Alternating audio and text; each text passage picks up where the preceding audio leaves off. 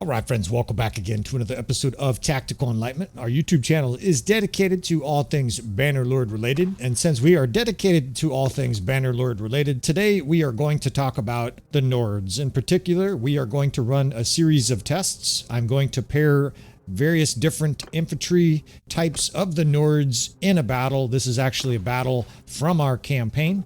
Each of these examples, we're going to use one tier 4 and one tier 5. And we're trying to come up with essentially some kind of, not definitive, but good ideas about which troops of the Nords do well, or potentially which combination of the troops do well, right? Is it good to have shock troops with Berserkers? Would you prefer to have Ulfhedinn with Huscarls? We will test these today in this battle. Now, I'm going to do a lot of this behind the scenes. There'll be a lot of fast forwards. We're going to use the RTS mod. That'll help speed this along because you cannot do custom battles as of the making of this video with the Nords. Now, you see we've got some archers here. That's just to sort of simulate that it'll be a regular battle. We're up against a lot of Battanians. This is actually, like I said, a battle from our campaign. So they will come and attack us. In this first battle here, we have 250 of the Berserkers, right? Of the Berserkir and the Nord Warfang. The Nord Warfang is their tier 4, their tier 4 pole arm.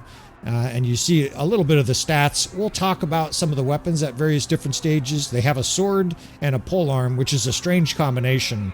So what I'm just going to do with these is do various different combinations of the different types of troops. Of course, we will use Bannerlord difficulty and no tactics here, right? We're not going to do anything fancy. All we want is raw data and to make observations. Of course, I'll be using the RTS mod. I will not be using the captains, right? So I could assign captains here that might give them an advantage. We won't be doing that. Additionally, I'm just going to take off all the divisions here except the archers and the infantry. The infantry, each run will be placed roughly in a loose line, and then they will be simply told to charge. In fact, from this stage right here, archers and infantry will do this rough size line, each of the examples, and we will charge, right? And we will see how they do. I've got the RTS mod here so we can blaze through. We can also do this. Our main character may or may not participate with the AI. That's not really that important. Now, the Berserkers have throwing axes, and my general experience is if you're micromanaging units that use their throwing axes, it's very, very effective because what happens is you can kite with them, and most importantly, you can do what I consider the most important step when you have skirmishers, and that is to tell everybody to charge at the same time. Right? You basically want you don't want these guys at the back standing there, right? These guys, if they have throwing axes, will literally stand here looking around. Do I have a target? No. Since they don't have a target, they'll kind of stand there. Meanwhile, there's a battle raging on. They're getting attacked by cavalry. You, yourself, will be much better served here by simply charging with those troops. After throwing a few throwing axes, charge and say, hold fire. What that'll do is every single Berserker will get in there and get busy, and they'll put away their little tiny quivers. Now, we've got a reinforcement line here, and what is going to be the result that we're looking for? Well, I will be monitoring this information here. This is the amount of kills they're getting. We'll look at things like kill ratio, and we'll also look at how many survived or didn't survive, right? Most of these battles here, I think the Nords are going to lose, although we'll see. Maybe there are some combinations where they win. This first battle actually looks very close. And I can further speed this up with the use of the fast forward button. So this first battle here will just get a baseline result, and then what I'm going to do is show you bits and pieces, sort of the highlights as we run through these infantry divisions. And on a scientific level, if two different types of infantry are really successful, what I will try is cross-referencing and pairing those infantry with other types so we can eliminate basically the weak link. Again, though, we will be sticking with one tier 4 and one tier 5 in every battle, and we're writing it on our little log here, 109 survivors for the enemy against the Berserker and Warfang. Again, each of the scenarios will be 250 of each of the two units. All right, let's get testing. All right, now when I started this episode, I had it in mind to go through each individual unit like a lot of guys do on YouTube and enumerate this sword and this guy's got this axe and stuff like that. And I've decided I'm not going to do that because the results showed more important things, right? You can go in here and you can notice very subtle differences. Some guys on their channel literally read to you every single piece of equipment on these guys, including the multiple sets, because for some of these units, there's 2 or 3 different sets, right? Some of them have this throwing knife and others have this sword and this piece of armor. I don't think that's relevant. What I am going to do, though, is point out clearly which units perform the best in these tests, and the results were startling. I got to admit, I thought things would be very balanced, and they were not. Here's a good example. This is the worst infantry tier 4 unit in the Nord arsenal. The Skjaldbrestir basically is a worse version of the Hearthguard, and all you have to do is just simply look at the equipment. The stats are virtually identical, and then it has much worse body armor and only slightly better helmet. So just that simple piece of knowledge, and then a handful of tests between these 2 units showed that the Skjaldbrestir was the worst unit. In fact, this is the worst infantry line in the Nord troop tree. I was kind of surprised about it. Like a lot of folks, I was hoping that the Berserkir would be one of the best infantry. I use a lot of Berserkers in my current campaign, and I won't be in the future. The bottom line is that the Berserkir, while it looks intimidating, it seems like it should be a badass unit with the name. They just don't perform very well on the battlefield. I think part of the reason is that they use kind of an odd assortment of swords and axes. Sometimes they actually don't use that tier 6 sword. Instead, they use this axe with generally worse results. So I did run a bunch of different tests, and it was very ordinary using the Berserkir. So we're going to move from essentially the worst Nord troops to the best. If you're one of those guys that are in a hurry, I guess you could skip towards the end of the episode. Let's get going. All right, working our way from the bottom to the top, the Nord Skjaldbreisters, as I've already mentioned, is a very unexciting unit, and ultimately they've fared the worst out of all the tier 4 units. Now, I'll note that tier 4, right? None of the tier 4 outperformed the tier 5. Nobody's surprised at that results. Now, the Warfang came in second worst, but I want to put context on that.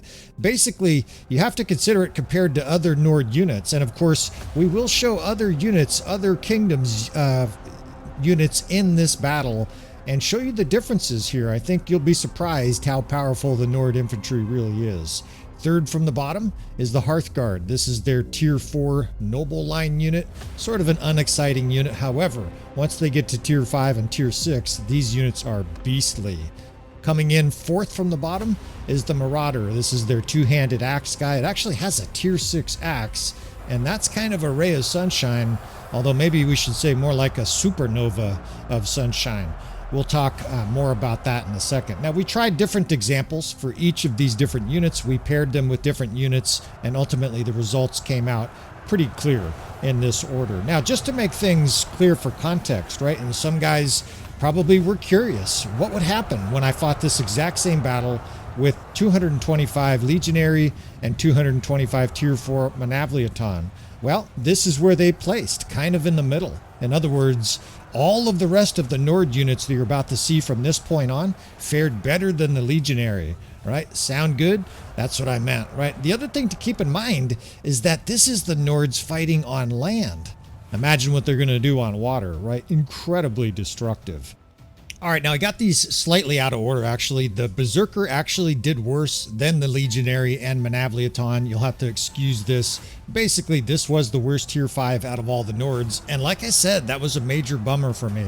I've been using these guys a lot in my campaign, and this is not definitive. I don't want to just bury these guys and say don't ever use them again. I think they have their uses. In fact, I still think they're pretty valuable infantry, but I think they're specialists. I think you want to use them as skirmishers, and they're not nearly as strong as they kind of look like on paper. From here on out, though, it's just great news for the Nords, right? We'll get to the Ulfhedinn. Some people say Ulfhednar. That is singular for this giant polearm, wolf-headed guy. And like a lot of people, I was sort of snickering at their armor. They're wearing wool, right? They're wearing an animal hide. And I also snickered at their throwing axes until you see a lot of them in action. They killed a lot of troops as the enemy was closing. I was surprised by that because they're throwing little tiny pitiful throwing knives. But once they whipped out that gigantic polearm, holy smokes, these units were powerful, especially massed, right? I think that's one of the keys with shock troops. You want to use a bunch of them, right? Don't have like 4 of them, have 40 or 50, and the impact is amazing. This was the first battle where we actually won. They just blew the Britannians right off the battlefield. And as you can guess, it's the first of many victories for these powerful Nord units. Alright, now I didn't test the tier 4 marksman, the tier 4 archer, the Nord marksman. However, we did test the nasty Sky God's Chosen, and it's pretty much consensus across YouTube, across players who use them. These units are outstanding. Now that they have extra arrows, they can focus on using that single quiver. They're very powerful at range. I would say they're at least as powerful as other archers, and then they're very capable in melee with that sword, shield, and pretty good armor. This was also one of the very first of the tier 5s to successfully win this encounter, despite the fact that I did no tactics at all, just F1, F3. Alright, let's get to some of the most powerful units of the Nords. The Nord Shield Companion. This is their tier 5 unit, and this guy is an absolute beast. For a long time, he was outperforming the Nords, the Huscarls, and that is because he has outstanding armor. He actually has very high tiered throwing axes. He's got a powerful polearm. He doesn't have the strongest weapon, but boy, are these units tough. And notice the throwing damage before the enemy even closes. These tier 6 throwing axes with high throwing ability hit 70-80 kills before the enemy even closed. It's comparable to some of the best javelin units in the game. I was quite surprised by that. And I was also quite surprised by their survivability. With that spear, with the high-end armor, they just laughed at everything. Cavalry attacks, whatever came their way, they just sort of shrugged it off. And they didn't just win. These were the first of the true blowouts, right? Where the enemy fled with lots of their troops left because the rout was so bad. Over half of the shield companions were left in this first run. And I ended up doing this several times because I was sort of in disbelief. This was my first indication of a truly unbalanced unit. Compared to the Berserker, for example, I would take one of these over 2 Berserkers on the battlefield. These guys are incredibly durable. Again, you see the kill ratio, and they had 100 kills consistently at range before the enemy closed. If you're not familiar with it, these new tier 6 throwing axes are unique to the Norse. You can get them in the towns that the Norse have as well, and I can attest to how deadly they are with using them on our main character in our current Axe Norse campaign. Now again, almost identical results, if anything even more dominant. The enemy just gets blown off the field, and again, something like half of the shield companions survived most of the battles, a little less than half in this example. Alright, well, as powerful as the Nord Shield Companion is, hold on to your hats, folks. We have a new champion. This unit is unbelievable. I think it's basically broken. We tested this in several battles, and I was literally floored. I mean, if I was sort of in disbelief at the Shield Companions, the Skjaldbrestir, I'm probably butchering its pronunciation, was godlike. First, they have pretty good throwing weapons and did outstanding damage at range, but it was once they closed with their very fast, high damaged, tier 6 long axe, good night. It was unbelievable. You just don't see a death spam like this. None of the other units even approach this. You can see the number just fizzing and the enemy's getting wasted. Now, it didn't really matter who we combined them with. Here we put them with the worst units of the whole lot, the shield biters, and they still just blasted everything off the field. I was staring at it wondering, did the AI do something wrong? Was this a fluke? What the hell happened? Who are these guys? They look like absolute beasts too. They just rampage about the battlefield. We'll talk more about their weapon in a second, but look at this. A 10-to-1 kill ratio in battles where the Legionary and Mevaliaton didn't win. These units are unbelievable, and I think there's definitely a chance they get nerfed, right? So enjoy them before they are nerfed. Now again, we did several tests, and I'm just going to let you enjoy the slaughter. But the bottom line is, in your campaign, go and get some of these guys, right? Until they're changed, until something is nerfed, oh my god, you want some of these guys in your army. In fact, just like the Ulfhedinn are, I think you want to mass these guys in your army, right? Don't get 10, get 60. And again, this is a tier 5 unit. Now, probably the best combination of tier 5 units in the whole game is obviously going to be the Shield Companion and the Skjaldbrestir. Again, I would love it if some Norse-speaking folks could help me out a little bit, although obviously I would probably need to be sitting next to you drinking some wonderful Icelandic tea or something like that to hear it coming from your actual vocal cords. But it was awesome. I tested these guys over and over again, and I was just in awe. Now, we'll cover in detail a little bit here at the end of this episode why they are so effective, but holy smokes. This unit is basically the best infantry in the whole game. I don't think that's too bold of a claim. Although I will note that all of these tests are infantry on infantry. This unit will obviously be very vulnerable to archers, skirmishers, and potentially even spear cavalry. That'll be something we cover in a future episode. How do you defend these guys, right? How do you use them in a way so that they can be destructive without themselves being destroyed? All right, so let's look at these savages a little closer, and let's compare them to one of the other major axe killers in the game, the Asurai Palace Guard. This is the big reason, right? Their axe is far superior to anything else that any other unit is wielding in the game. If you look at the Palace Guard here, we switch it over to the Axeborn. 70 swing speed, the damage is lower, the handling is lower. I think even the weapon length is lower. There's no redeemable feature here from the Asurai Mamluk Palace Guard comparing it to the Skjaldbrestir, right? It's basically, it's better, its weapon is better in every single category. Then I started looking at some of the other categories here. It has better armor. So it's basically far superior in every single way. It has a better helmet, has a better chest piece, has a better axe. I heard it has a bigger dick. It's basically a far superior unit, right? And this is, again, probably going to get nerfed, probably adjusted down the road, but all the different sets have this gigantic tier 6 axe. I got to go try this tier 6 axe myself.